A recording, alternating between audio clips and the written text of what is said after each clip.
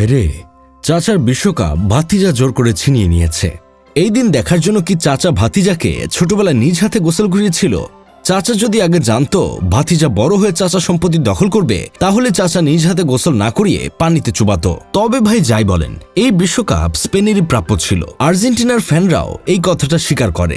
Football final মানে শুধু ট্রফির লড়াই নয়, এমন কিছু মুহূর্ত জন্ম নেয় যা স্কোর লাইনের বাইরেও দীর্ঘদিন মনে থেকে যায়। আজকের ফাইনালও ছিল ঠিক তেমনই একটি রাত। বিশ্বকাপ জেতার পর যখন পুরো স্পেন দল আনন্দ উল্লাসে মেতে উঠেছে, তখন ইয়ামালকে দেখা গেছে নীরবে সিজদার ভঙ্গিতে দোয়া করতে।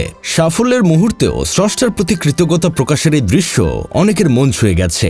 আরেকটি সুন্দর মুহূর্ত ছিল ইয়ামালের ছোট ভাইয়ের উচ্ছ্বাস। তার শিশুসুলভ আনন্দ যেন পুরো উদযাপনকে আরো প্রাণবন্ত করে তুলেছিল। মিস্টার বিস্ট, আইশো স্পিড, খাবিব নুরমাগোমেদ ও দাউদ কিম মাঠে বসে স্পেনকে সমর্থন করেছিলেন। ইতিহাসে প্রথমবার কুফা রায়হানের আপন মায়ের পেটের খালাতো ভাই আইশো স্পিড যে দল সাপোর্ট করেছিল সেই দল জিতেছে। তবে ম্যাচ শেষে একটি হতাশাজনক ঘটনা দেখা গেছে। পরাজয়ের পর আর্জেন্টিনার কয়েকজন খেলোয়াড় স্পেনের ফুটবলারদের সঙ্গে উত্তেজনায় জড়িয়ে পড়েন।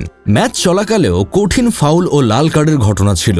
শেষ বাঁশির পর সেই উত্তেজনা আরো বেড়ে যায়, যা ফাইনালের সৌন্দর্যে কিছুটা হলেও কালিমা লেপেছে। আর্জেন্টিনা প্লেয়াররা কোনোভাবে মেনে নিতে পারছিল না তারা বিশ্বকাপ হেরে গেছে। তবে আপনারা একটা জিনিস খেয়াল করেছেন, লামিন ইয়ামালের গোল উদযাপনের ভঙ্গিটিও বিশেষ অর্থ বহন করে। তিনি দুই হাতের আঙ্গুল দিয়ে 304 দেখান, যা স্পেনের মাতারোর রোকাফোন্দা এলাকার পোস্টাল কোড 08304-এর শেষ 3 সংখ্যা। সাধারণ শ্রমজীবী মানুষের সেই এলাকা থেকেই তার বড় হয়ে ওঠা। কঠিন পারিবারিক বাস্তবতা, সীমিত সুযোগ আর অসীম স্বপ্ন নিয়েই তার যাত্রা শুরু। পরে বার্সেলোনা লা মাসিয়ায় যোগ দিয়ে অল্প বয়সে মূল দলে জায়গা করে নেন। মাত্র 17 বছর বয়সেই ইউরোপের শিরোপা জয়ের নায়ক হয়ে ওঠা ইয়ামাল আজও নিজের শিকড় ভুলে যাননি। তার 304 উদযাপন যেন প্রতিটি সুবিধাবঞ্চিত শিশুকে বলে, স্বপ্নের কোনো ঠিকানা ছোট হয় না। অন্যদিকে এই ফাইনাল ছিল লিওনেল মেসির জন্য আবেগে ভরা একটি রাত। ম্যাচ শেষে তার চোখে যে অনুভূতি ফুটে উঠেছিল তা কেবল পরাজয়ের কষ্ট নয়, যেন এক দীর্ঘ অধ্যায়ের শেষের ইঙ্গিত।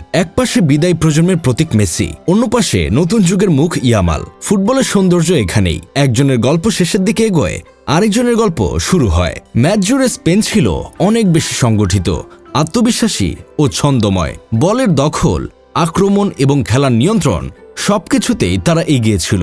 আর্জেন্টিনার হয়ে মেসি শেষ পর্যন্ত লড়াই করে গেলেও একার পক্ষে ম্যাচের চিত্র বদলে দেওয়া সম্ভব হয়নি। তবু মেসির ক্যারিয়ারকে একটি ম্যাচ দিয়ে বিচার করা যায় না। অসংখ্য ব্যর্থতা পেরিয়ে তিনি কোপা আমেরিকা ও বিশ্বকাপ জয়ের স্বপ্ন পূরণ করেছেন। তাই আজকের এই হার তার কিংবদন্তি গল্পের সমাপ্তি নয়, বরং দীর্ঘ গৌরবময় এক যাত্রার শেষ অধ্যায়ের আরেকটি স্মরণীয় পৃষ্ঠা।